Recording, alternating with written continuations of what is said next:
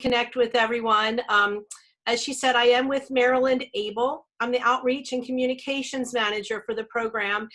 And I have to tell you, my very favorite part of working for MarylandABLE is getting to go out and about in the community all over the great state of Maryland and talk with people with disabilities and their families, just really connecting with them and being able to share the information about ABLE accounts and the benefits to them.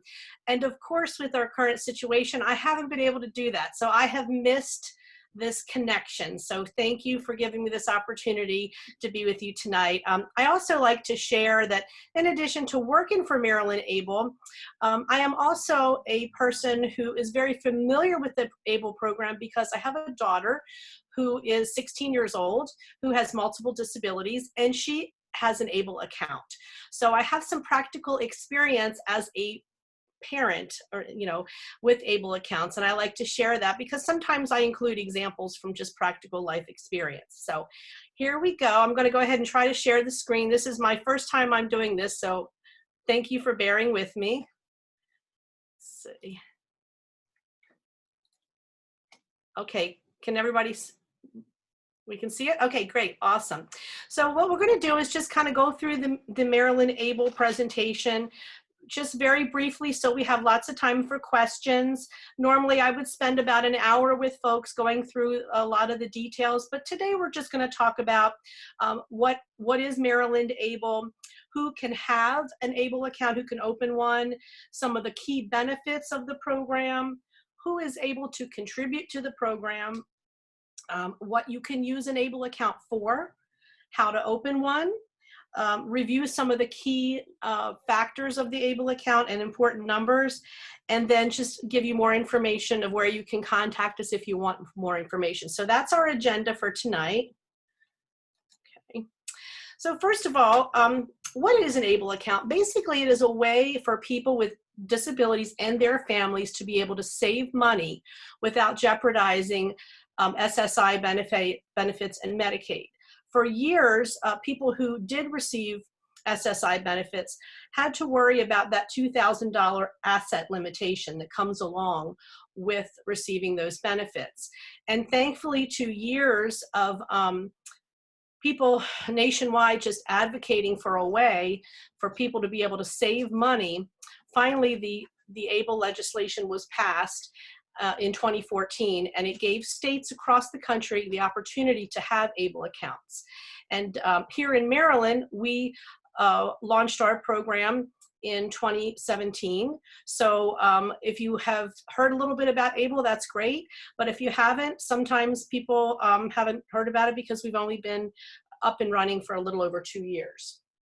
So first of all, what you need to know is who is eligible for an ABLE account? And the answer to that question is it's for a person who has developed a disability or who has a disability that was present before the age of 26.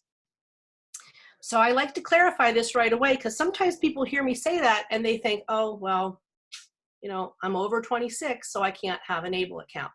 Well, that's not what this is saying. Basically, what we're saying is that you had to have the onset of the disability prior to age 26. We have ABLE account holders that are 3 months old, all the way up to, I believe, 90 or 91 now. So you can have an ABLE account at any age, but you just had to have that diagnosis of a disability that's present before age 26. Sometimes we hear people say, I didn't get my diagnosis until I was 30 because, back then they didn't have a diagnosis of autism when I was that young. And that's okay as long as you have documentation of that disability. The other criteria is that the person has to meet the Social Security definition of a disability. So we say, if you're already receiving SSI or SSDI, we know you already meet that requirement. If you're not receiving SSI, or if you have a family member who's under the age of 18, a lot of the times they're not receiving SSI because they're looking at the family's income, so they don't qualify. But you don't have to be receiving SSI to have an ABLE account. You can have a self-certification process using a form on our website that you take to a pediatrician or to a licensed physician, and they can sign off that you do have a disability that meets that definition for Social Security. One of the things we like to point out is that ABLE accounts are owned and operated by the person with the disability. Okay, we call them the beneficiary sometimes, or the account holder.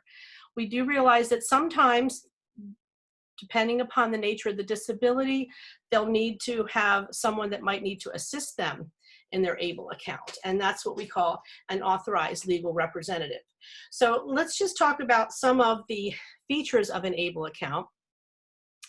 Earlier, I had mentioned that when people received SSI, they had a $2,000 asset limitation, which meant that they could not save any money beyond that $2,000 asset limit. And this was a real problem because people were finding themselves having to spend down money so that they weren't over-resourced and they didn't lose their benefits. And only to find out a couple months later that they really could have used that money that they were able to save for important things like dental or a major expense that they had. So through the ABLE legislation, a person is now able to contribute up to $15,000 a year. The money that's in the ABLE account is not counted against them as an asset. So the annual contribution for an ABLE account is $15,000 per calendar year. This does change from time, it does change sometimes. It hasn't changed last year, but when we launched our program, I believe this was $13,000. And it's actually tied to the IRS code for the gifting tax. So whatever that gift limit is set with the IRS, that is what our contribution level is going to be. Which is a good time to talk about the IRS because MarylandABLE, although it's federal legislation, people sometimes think that this is tied to DDA or Social Security, but it is not. It's not part of any of those laws or regulations. It's actually a federal legislation that is part of the Internal Revenue Code. We're Section 529A. Some of you might have heard 529 and familiar with the College Savings Plan folks. Well, we are tied with them. We share a same board of directors, same executive directors. So anyway, that number does change from time to time. The second thing that's important to know is that you can save in an ABLE account up to $100,000. Now think about the difference. We went from only ever being able to save $2,000 without losing our SSI or jeopardizing our Medicaid. And now we're able to save up to $100,000. Remembering that we can only put $15,000 per year in it, but so it'll take some time before we reach that $100,000 balance. But the important thing to know is that we are able now, as families or people with disabilities, are able to save up to $100,000, still maintain their SSI benefits. If somebody should eventually get more than $100,000 in their ABLE account, and I hope that all of our ABLE account holders one day are able to save that much money, that would be fabulous. What would happen is that the person may no longer receive their SSI monthly benefit check. They would stop the check. And then what would happen is anytime the balance fell below $100,000, their Social Security benefit would come back on. Because what it happens is it automatically stops your payment as opposed to if you have just a regular checking account and you have $2,000 in your account, if you don't spend that down a certain amount of time, they'll start reducing the benefit, and eventually you're going to be disenrolled from Social Security. And that is a problem. Anyone who's ever been through the process of getting those benefits never wants to have to go back and do that again. So what would happen with an ABLE account, it would suspend your benefit until such time your balance fell below $100,000. But the most important part is you would never lose the Medicaid. Okay? Funds that are in the ABLE account can be used for a number of things, which we call qualified disability expenses.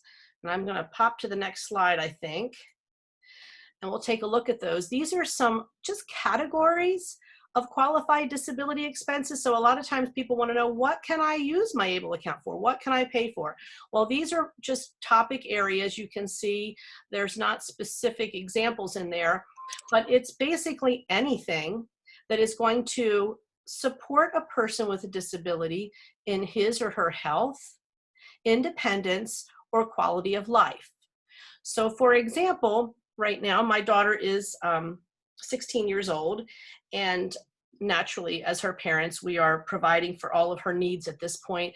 But I am using this ABLE account as a teaching tool for her to help her understand that we all have living expenses. So one of the things that I've linked her ABLE account to is her cell phone bill. And this falls under assistive technology and personal support, because she does need to have everyone needs a cell phone these days to be able to get in touch with people.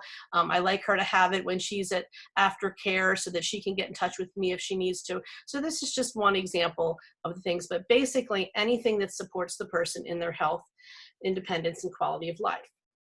So the money that's in the ABLE account is going to be earning interest tax-free, okay? And that is going to be the case. There's no taxes paid on those earnings, not while the money is in the ABLE account and not when it's taken out either, provided that the money is used for a qualified disability expense. For those of you who may have started a 529 college savings plan for your son or daughter, and you may have found out later that they may not be using the college savings plan for a traditional college the way that you had thought it was going to be.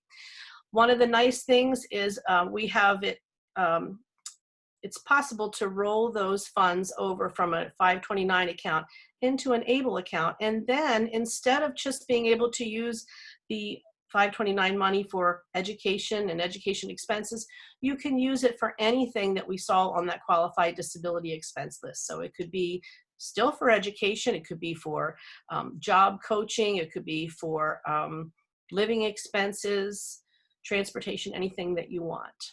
Okay. The only caveat is that you can only roll over $15,000 a year, because that is our annual contribution limit. So people who are employed who have ABLE accounts, they are able to make an additional contribution to their ABLE account, which is nice. That's called the Able to Work Act. I don't know if you guys have heard of that, but that's one of the things you'll hear from time to time. Currently, the way it's set up is a person can contribute up to $12,490 for this calendar year, up to the beneficiary's gross income for that year.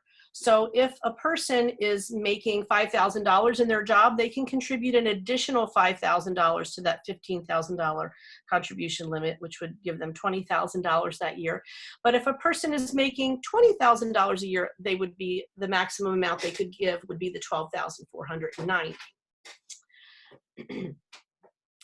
The enrollment for an ABLE account can be done online, and it can also be managed online. And that is a very convenient feature because it can be done very quickly. You can access it at any time. We do offer paper enrollment for those people who do not have access to computers, but most of our folks, they all, I'd say 98% of our account holders prefer to operate things online because it can be done very quickly. So with MarylandABLE, the money that's in the ABLE account, you have a couple of options. You can keep it in what we call the cash option, which is very similar to like a money market savings account that you would have at any bank. Of course, right now, the interest rate for those savings accounts is very low, probably the lowest I've ever heard for the last many, many years anyway. But the cash option is like an FDIC insured savings account option that you can use and keep the money in there. You can also choose to use the investment option of the ABLE account, which would give you the opportunity to invest your money in a fund, conservative, moderate, or aggressive. So we're not going to talk too much about that because that would be getting too far into the weeds for the overview. So in order to open the ABLE account, it's a minimum deposit of $25 to get the account open. Everything can be opened online. So what you can do is you can open the account with $25, and then you can choose to contribute money whenever you wish and however much you wish, as long as that next deposit or future deposits are a minimum of $10. So some people like to make a monthly contribution. Sometimes people fund their account once a year. It just kind of depends on how they want to do it, works best for them. One of the things I like to share with people is who can contribute to an ABLE account. It can be anyone. It could be the person with a disability, if they have a job, can contribute money. It can be family members. It can be friends. It can be anyone. So that $15,000 that's contributed each year can come from multiple sources. One of the ways that people can contribute to a person's ABLE account is through the gifting page. This is a nice feature if somebody's saving up for a specific goal or a specific need. You can send them a link to the gifting page and people can contribute. The cost to have an ABLE account is $35, which is an annual maintenance fee. And this is what is used to help support our customer service team that's available to folks Monday through Friday from 9 a.m. to 8 p.m. It also it helps to keep our program running. Our program manager runs our website, handles our trades, and that's what that annual fee is used for. It does not come out of your account all at one time. It's assessed quarterly at $8.25 each quarter. One of the other options we have for the ABLE account is to have a prepaid card. There is an additional fee of $1.25 for that prepaid card if folks want that, and I'll talk about that a little bit when we talk about how we get money in and out of the account. That $15,000 is the annual contribution limit, unless somebody is working and would like to contribute an additional amount. The $100,000 is the amount that the account can have before SSI cash benefits are impacted, remembering that we will never lose our Medicaid, okay? Because we're never going to be disenrolled from Social Security because of going over the $100,000 limit. And $500,000 is the lifetime account limit after which contributions are no longer accepted. Always love to share where this number comes from. Since we are tied to 529 in the Internal Revenue Code, this is the amount of money that it is estimated for a child born today. When they graduate from college, this will be the cost of a college tuition. So that's always a very sobering number. Everybody starts saving money. And then we've got the $2,500 state income tax deduction per contributor per ABLE account. And this is the amount of money that anybody can deduct off of their income if they contribute to an ABLE account.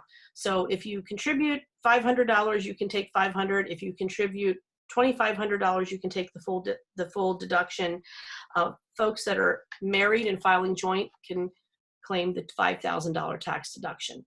So that's always nice because anyone that contributes to a person's ABLE account is able to use that money, use their deduction as their donation or contribution to the account as a tax deduction. So a lot of people want to know how to open this ABLE account, what is required. It's pretty easy. It can be done online. And what they're going to do when you get to the website and you want to click the button that says, I'm interested in opening an ABLE account, after you've explored all the different information, it's going to ask you some basic things. It's going to want the Social Security number for the person who has the ABLE account. If the person needs an authorized legal representative, they're going to want that person's Social Security number as well. If you're going to serve as an authorized legal representative for a person over the age of 18, there needs to be documentation that shows that you have authority from the ABLE account owner to remain on the account. And this is, it could be a couple of things. It could be a power of attorney. It could be guardianship. If somebody doesn't have either of those in place and the beneficiary wants someone on their account, we try to make it really simple. On the ABLE website, you can go to the form section and download a form called Power of Attorney over ABLE account only. This will only give someone permission to be power of attorney over the ABLE account. It's not going to work for medical purposes. It doesn't work in any of the other banking, but it's very easy. It's a simple form that can just be signed by the account holder and the authorized legal representative and notarized. You don't have to see an attorney for it, because the Assistant Attorney General for the state of Maryland created that for us so that it would be easy for people to be able to complete that process. The final step is to link a bank account with your ABLE account. So this is always a question people say, gee, how do I get my money into my ABLE account? How do I get my money out? Well, the way that you're going to do that is you're going to pick a bank account that is most convenient for the account holder or for the authorized legal representative. In my case, because I am an ALR for a minor who doesn't have any money of her own, she doesn't have any benefits right now, and it doesn't have a job, so we're funding her account. So for my sake, for convenience options, I linked my daughter's ABLE account to my checking account, because that's how we put money into her account, and that's one of the ways that we can use to transfer money back out. When I talked about the prepaid card, that's another option that you can use for folks who are using their ABLE accounts very transactionary. We found that people do use ABLE accounts in different ways. Some people open ABLE accounts and they just use it for savings, for future needs, and they don't really access the money very often. In that case, it really doesn't make a whole lot of sense to get a prepaid card for $1.25 a month, because you're not going to be really using it that often. In my case, I am using this as a teaching tool for my daughter about budgeting and savings, and teaching her how to understand that we all have living expenses and it's important to save and how to manage her money. So I did opt for the prepaid card, because I'm able to link some of her expenses to the card directly, and she sees that money coming off of her ABLE account, and it's been a very good teaching tool for her. But it's really up to the person and how they're going to use the ABLE account.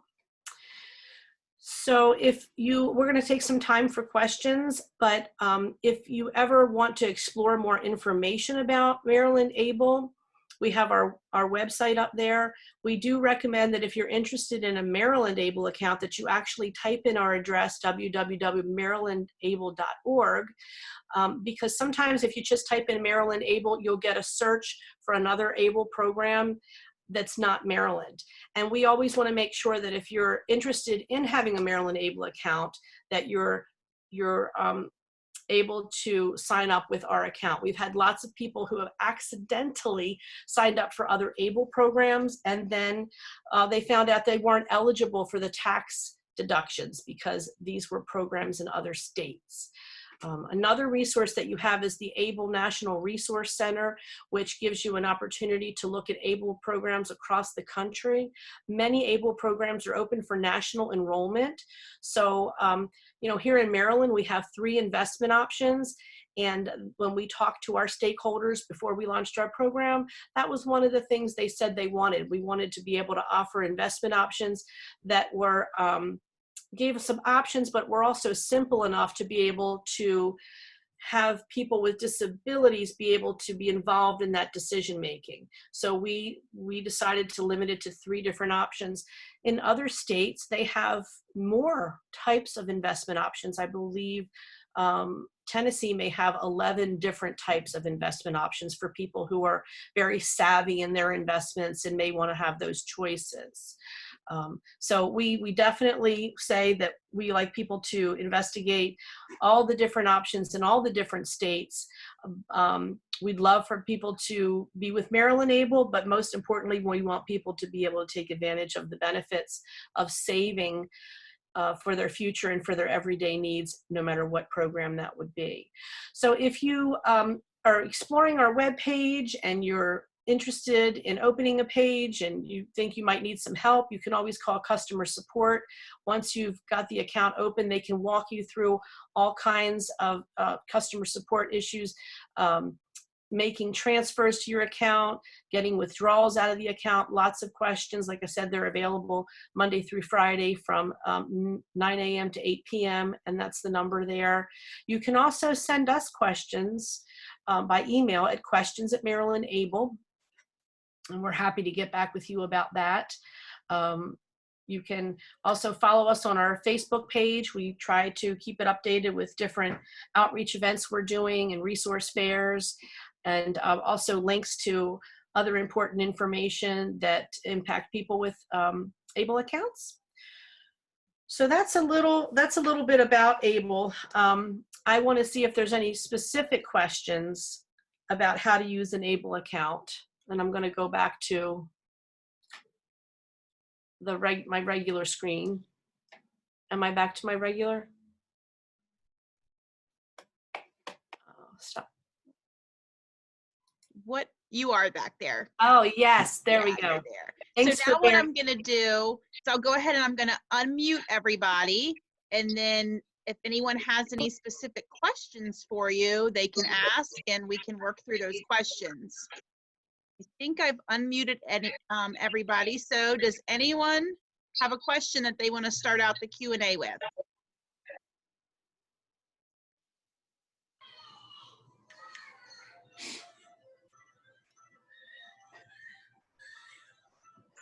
All right. Well, you're taking it easy on me tonight. Taking it very easy on me tonight. Kelly, that was a good presentation and really helped. I've heard a little bit about ABLE here and there in different places, but that's sort of putting it all together, and I appreciate it. Thank you. Well, thank you. I really appreciate that. And it can be challenging to try to condense an hour's worth of information into just 30 minutes. So I know I was really given a bird's eye view of it. And there's just, a lot of great ways that people are able to use ABLE accounts, not just for saving for the future, but again, for teaching people with disabilities how to be involved in that decision making for, saving and for paying their own bills. I mean, I know that as a parent, one of the things that I want to do is try to make sure that my daughter can be involved in her care long after her dad and I are gone. So I want her to be aware of the decisions that people have to help her with. Mm-hmm. Now, if we call this phone number, will it be going to you or to somebody else? The actual number that's on the slide is to our customer service team. And there's probably about 20 different people that answer the phone to answer questions about MarylandABLE. And the reason we do that is because there's only 2 full-time employees for MarylandABLE for the entire program for the entire state. And most of the time I'm out in the community doing presentations and outreaches, so I'm not at my desk to answer calls, and we want to make sure that we do get back to people in a timely manner. But that questions@MarylandABLE is an email address. If you ever want any of us to, myself or the program director, Betty Ann Mobley, to give you a call, just send us a message at questions@MarylandABLE, and we share that email account, so we're checking every day to make sure we get back to people. Yeah. I have a question. Maybe I just missed it. Can you hear me? Yes. Thanks. Okay. How are deposits made? Is it mostly electronic, or if there's like a personal check or cash? Like, how is that? How are deposits made? That is an excellent question. So when you set up your ABLE account, most people do it online, and because you have to link an existing checking or banking account with your MarylandABLE account, you just do it electronically, like you would do an electronic transfer from, when you're doing bill pay or whatever. That's a good question, because I think that when people think about opening ABLE accounts, they're like, oh yeah, I'm going to get an ABLE account. I'm going to go down to my bank, to the branch, I'm going to open the account. Or, hey Kelly, where is the Bank of ABLE? I don't have one in my neighborhood, but it's a feature that we have that enables us to keep our fees low, because there's no brick and mortar building that we go to. And it also makes it really convenient, so that people that open ABLE accounts in Maryland, if they were to move to another state, your ABLE account moves with you. If you want to move it with you, if not, you can roll it over to another program. But the way we do that is linking it to an existing account. And Allison, that's why I always recommend that people choose a linked account that's most convenient for them, because in my case, I'm I'm helping my daughter who doesn't have her own checking account right now. And I'm the one that's funding the money for her account. So for me, it's more convenient to link it to mine. Now, when she turns 18, she's most likely going to be a recipient of SSI benefits. And then we may switch it up. She may have it switched to her account where I'm allowed to help make those transfers and help her with it. Yeah, that's So it links to like an existing account that someone might have at a bank or credit union, yes. and then from that account to the ABLE account? Yes. So when you Okay. go to set up the account online, it's going to ask you, which bank account would you like to link to your MarylandABLE account? And it's only going to Okay. give you an option to link one. But if for some reason, you say, I've had it this way for some time, I think I'd like to switch it to another account, you can definitely change it. You're not locked into always keeping it with that particular savings or bank account. Some people use their kids' savings accounts to link to the ABLE account. Some people use their own checking. It just really depends. Yeah. So Okay. you can use credit unions as well as banks? Yes, any bank account is fine. I think I did get a question today from someone who does have an account at a credit union, and she did not have the online banking feature. Now, she didn't know if it's because her bank didn't offer it or if it's because she just never used it. So I always say, check with your bank, because most banks do have that online banking feature so that you can link your current checking account or savings account with the ABLE account and just do everything electronically. For some people who don't want to use a linked bank account, they want to do the paper format, that's fine. Just bearing in mind that it does take longer. If you want to send in a written deposit or contribution slip with a check, it goes through the snail mail. It goes to BNY Mellon, the bank where it is deposited. It has to clear, and then it shows up in your ABLE account, which can take about a week. Whereas an online transfer, it's there, usually the next day, within 1 or 2 days to deposit that. Got it. So if someone had a job and it was direct deposited to a bank account, then that would bounce to the ABLE account if you set it up that way. Yes, you could Okay. definitely do that. That is one of the things that, I was actually one of these people that did not open an ABLE account for quite some time because we just didn't have a lot of excess funds. My daughter's medical needs were so great that we had a lot of expenses due to that, and there was just no extra money. So finally I said, we don't have extra money to put in every month, but one year I got a tax refund. Of course, this was like a couple of years ago because it's been getting less and less over the years, but we were able to fund her ABLE account that way. And then I thought, gosh, I've been paying these expenses for her anyway, her monthly orthodontic bill, her cell phone bill, her doctor copays. I may as well put the money into the ABLE account and then be able to take a tax deduction for it. And I'm still providing all the needs for my daughter that I was going to be paying anyway. Only I have the added benefit of being able to show her online what I'm doing so that she understands that her lunch account at school is not funded by a magical unicorn, that she doesn't just go and swipe her little lunch card every day and there's this endless amount of funds. She's starting to understand, oh, Mom, wow, I see that money's coming off my ABLE account. Why does it keep saying, to Harford County Public Schools, oh, Lily, that's because you've been buying those yogurt parfaits. And they're costing you extra money. So it's just little things like that have been a learning experience to her because she's understanding that cell phones cost money, food costs money, and it's coming from her ABLE account, and we're learning about that. One of the other lessons I like to share about using this as a teaching tool is when she got her prepaid card. Obviously, she was super excited. She's 16 years old. She has 2 older brothers that are adults. They have their own credit cards. She opened it up and she was like, oh my gosh, Mom, I got my own credit card. I'm so excited. Look, it has my name on it. I want to get my cell phone. I want to take a picture and send it to all my friends. Oh. And I was like, oh, no. That was lesson number 1. But how could she know that we don't share credit cards? We don't give those credit cards to friends. That was a great learning experience for her. So it's all these little lessons that have come about of just having her be involved in the ABLE account that I ordinarily would not have thought to teach her and would not have come up. So she's learning a lot about those things as well. Yeah.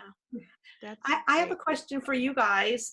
Do most of you that's joined our meeting today, are you parents of kids that are minors, or you have adult children?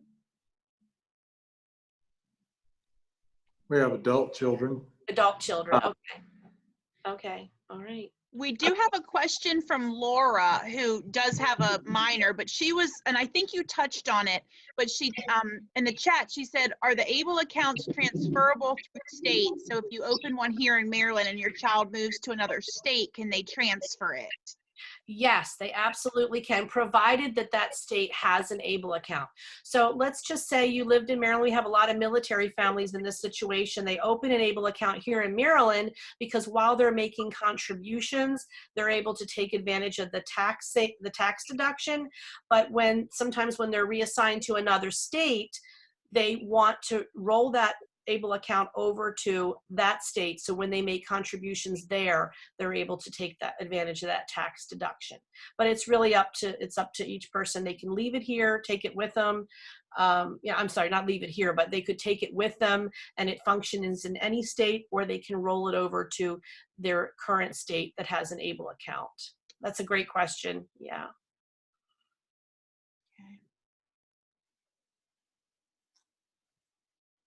Are there expense reports that you have to fill out periodically? There are not expense reports for us that you have to fill out for us. We do not have anyone that's looking at your expenditures to make sure that they are qualified disability expenses. That is something that's up to the account holder and the authorized legal representative to make sure. So what we say is, while you don't have to prepare a report, we do recommend that you keep receipts for any expenditures. Okay, so it's not going to be Social Security Administration that says, hey, Kelly, let me see Lily's expenses. They don't look at that. It will be the IRS in the event of an audit. People with ABLE accounts are not any more likely to get audited by the IRS, but they're not any less likely either. So in the event that you are audited, you'd want to be able to prove that that expense was a qualified disability expense. I like to give an example of one of the things that we used my daughter's account for was to take a dance lesson in the community. Okay, I was able to use the money from her ABLE account to do that. And if I am audited and I'm sitting across from, an IRS agent and they say, what's this? Dance With Me Dance Academy, tell me about this. And I'd say, well, this is definitely a qualified disability expense because it supports her in her health. It's great exercise. It's also giving her an opportunity for some independence in the community, having relationships with typical peers in her community. It's helping her in her life skills. I'd have no problem with that. I'd have a receipt for it as well. But let's just say, the IRS has gone through my receipts and he or she comes across a receipt for a tutu and ballet slippers and those little fancy rhinestone barrettes that go in your hair. And he would say, well, what is this all about? And I'd say, well, sir or madam, when you take a dance class at the end of the year, there's this recital and all the kids have to wear the same tights and the same little rhinestones in their hair. So all of those things I would have a receipt for. So I would be able to explain that they do indeed support her in her health, independence, or quality of life. I see Allison smiling. Are you a dance teacher? No, I love to dance. Oh, you love to dance? Really Okay. Yeah, it's really awesome. Yeah, it's an awesome, Hey. awesome. So that's a good question though. Yeah. So I know, I forget you can see me. So some folks, do prepare reports when they have to give account for money for the SSI benefits.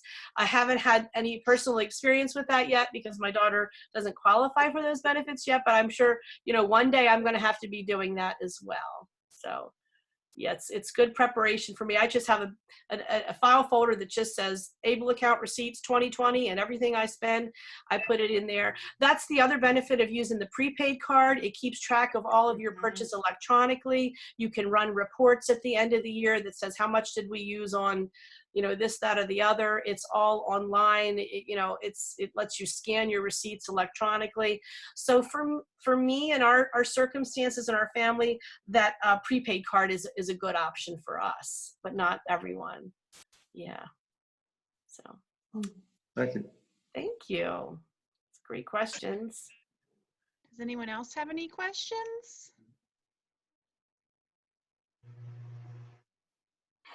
So I'm gonna go back to the $15,000 is all that can be put in an account in a calendar year. Correct. So, if you spend it down to 10,000, you can't go back up. Yes, that's a really good question. That is a good question to clarify that is a contribution limit for the year. So like Helen was saying, if you put 15,000 in, but you spent 5, you couldn't put an additional 5 in for that calendar year. That is just for the annual contribution, unless you have a family member who is employed. And if they're employed and they're not currently contributing to a retirement plan at their job, or their employer is not contributing to a retirement plan, they can contribute additional money to that account. So that is the way it is right now. But again, that that contribution level can change from time to time. Mm-hmm. I was just thinking in terms of trying to increase the amount of money that you had saved. If you're actually putting it in and then spending it for monthly expenses, yeah, it's not going to go up very much, is it? Right. Yeah, that's true. I see what you're saying. But some people, again, it depends on how they use the ABLE account. I have people that told me that they opened an ABLE account when their child was very young, because they know they had a disability that was going to be with them throughout their life. And at this point, they wanted to just use it as a savings account, really, so that it would be something that would be available to them in the future. And they really weren't accessing it that much. We do have people with disabilities that do access it quite often, because they may, get their SSI benefit. They may have $100 or $50 left over at the end of the month that they didn't use, and they contribute that to the ABLE account, that access amount to the ABLE account, and they're using it to something that they're saving up for. It could be a new electric chair. It could be an adaptation to a vehicle. There's things that they're finally able to save for that prior to an ABLE account, they couldn't save for it. So that is really nice. Plus, I like to share that with the Able to Work, people that have ABLE accounts, they're contributing their own money. And I'm trying to think what our last report was, but we have people here in Maryland that have saved this year together collectively have saved $300,000 of their own money collectively in ABLE accounts from their jobs. I am so proud of that, because it's like, wow, these are people that are, may still be getting SSI, but they're also working a limited amount of hours, but they're able to put their own money, and how empowering that is to be able to make those contributions and save for something that's important to that person. It could be a trip, it could be a vacation, it could be, again, a computer, or, people that want to get out and have a place of their own first month. There's a lot of opportunities for people to be able to save. Yeah. So I'm really proud of those folks. I'm like, wow, that's so exciting. That is a great number. That's awesome. Yeah, I know. Super proud of that. Mm-hmm. Any other questions about MarylandABLE?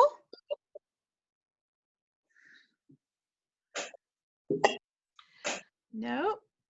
Well, Kelly, you were awesome. I'm so glad that this worked out. You did great with your first PowerPoint.